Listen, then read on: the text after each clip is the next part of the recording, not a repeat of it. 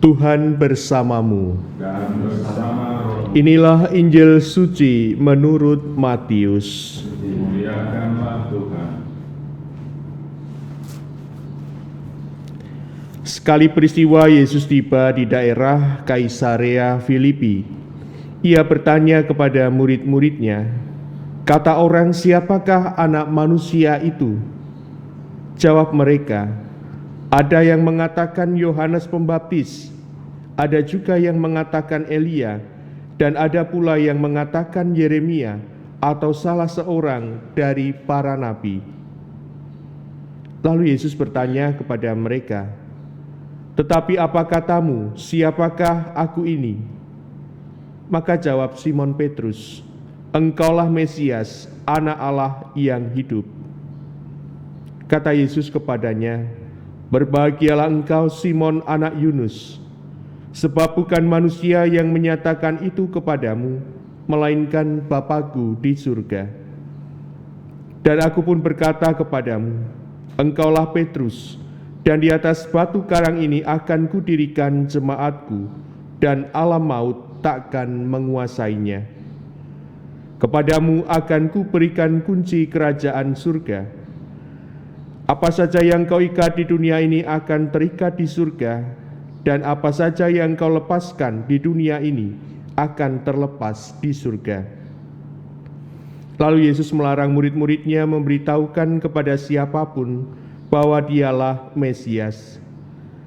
Sejak waktu itu Yesus mulai menyatakan kepada murid-muridnya bahwa ia harus pergi ke Yerusalem dan menanggung banyak penderitaan dari pihak tua-tua, imam-imam kepala dan ahli-ahli Taurat, lalu dibunuh dan dibangkitkan pada hari ketiga. Tetapi Petrus menarik Yesus ke samping dan menegur dia, katanya, "Tuhan, kiranya Allah menjauhkan hal itu. Hal itu sekali-kali takkan menimpa engkau." Tetapi Yesus berpaling dan berkata kepada Petrus, "Enyahlah iblis, engkau suatu batu sandungan bagiku, sebab engkau memikirkan bukan yang dipikirkan Allah, melainkan apa yang dipikirkan manusia." Demikianlah sabda Tuhan.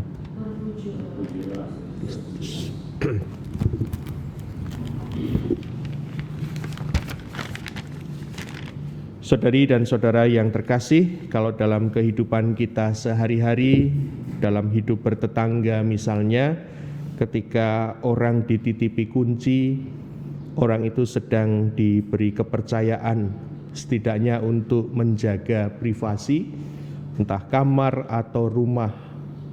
Tetapi lebih dari itu, ketika seorang menerima kunci, dia sedang diberi otoritas, dia sedang diberi sebuah kepercayaan. Kita tentu pernah melihat simbol atau lambang logo kepausan yang di dalamnya menyertakan dua kunci, simbol kunci Petrus. Sekaligus di dalamnya menunjuk pada makna kuasa untuk memimpin dan mengatur kerajaan surga.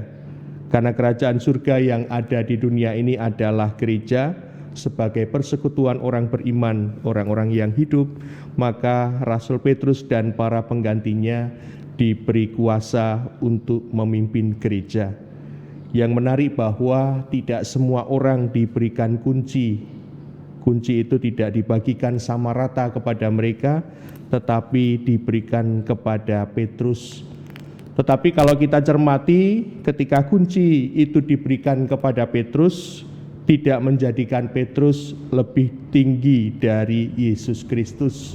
Maka dalam hal ini tetap pemilik kunci adalah Yesus Kristus sebagai pemilik utamanya. Kalau bahasa sederhana kita, orang yang diberi wewenang itu tidak akan lebih tinggi dari yang memberikan wewenang. Apa yang ditetapkan Petrus kemudian akhirnya menjadi ketetapan Kristus sendiri, dan Petrus hanya menjalankan tugas ini sebagai bentuk dari wewenang dan kepercayaan yang diberikan kepadanya. Kalau kita mendengarkan Injil Matius pada hari ini, disandingkan dengan keteladanan Petrus, ada 3 poin yang perlu kita upayakan sebagai gereja yang hidup. Yang pertama soal pendamaian, rekonsiliasi, serta pengampunan.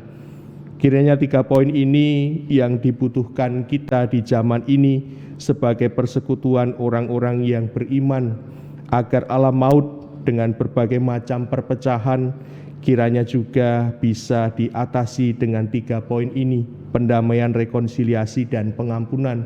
Bagaimana setiap orang yang beriman bisa diterima oleh sesamanya, bisa hidup berdampingan, bahkan juga bisa belajar untuk saling mengampuni. Kita sadar bahwa kita kerap rapuh dalam mengupayakan 3 poin ini, entah pendamaian, pengampunan, maupun rekonsiliasi. Menarik bahwa Paus Fransiskus pernah menulis sebuah artikel. Di dalamnya dia menegaskan bahwa Petrus itu tidak hanya sebagai batu karang, tetapi kadang sebagai batu, kadang juga sebagai batu kerikil yang kerap muncul karena kecilnya, tidak mengerti apa yang dilakukan, tidak mengerti apa yang dikatakan. Dan itu semua ada dalam diri Petrus, entah kuatnya batu karang, batu yang bisa diandalkan, atau kecilnya kerikil. Hal itu juga mengungkapkan kepada kita bahwa dalam mengupayakan hidup beriman sebagai pengikut Kristus, Petrus sendiri juga bukan manusia yang super dan bisa diandalkan. Tetapi dalam hal ini dia adalah manusia biasa, sama seperti kita. Ketika kita diberi kepercayaan, kita bisa mengatakan ya kepada Yesus di dalam ketidaksempurnaan kita. Tapi dalam hal ini Allah telah menjadikan Petrus sebagai orang yang dipercaya karena kasih karunia Allah sendiri. Tetapi di dalamnya ada kemanusiaan sejati, ada kekuatan dan kelemahan yang di dalamnya Roh Kudus terus menumbuhkan kekuatan agar gereja tetap kokoh berdiri. Kalau kita mencermati kembali apa yang menjadi warta dari Nabi Yeremia, hal yang sama juga kiranya menjadi dambaan semua orang, di mana perubahan itu harus terjadi dari dalam, agar setiap orang menyiapkan hatinya sebagai lahan yang subur untuk pertumbuhan iman yang baik dan benar. Dan kita bersyukur bahwa gereja kita dengan kuasa mengajar magisterium yang tidak dapat sesat, kita pun juga memperoleh pengajaran yang baik dan benar. Dan tugas kita saat ini adalah mengembangkan apa yang baik dan benar yang telah kita bersama, karena kita ikut ambil bagian dalam karya keselamatan Allah dengan tugas dan perutusan kita masing-masing. Kemuliaan kepada Bapa dan Putra dan Roh Kudus. Seperti pada permulaan, sekarang dan selalu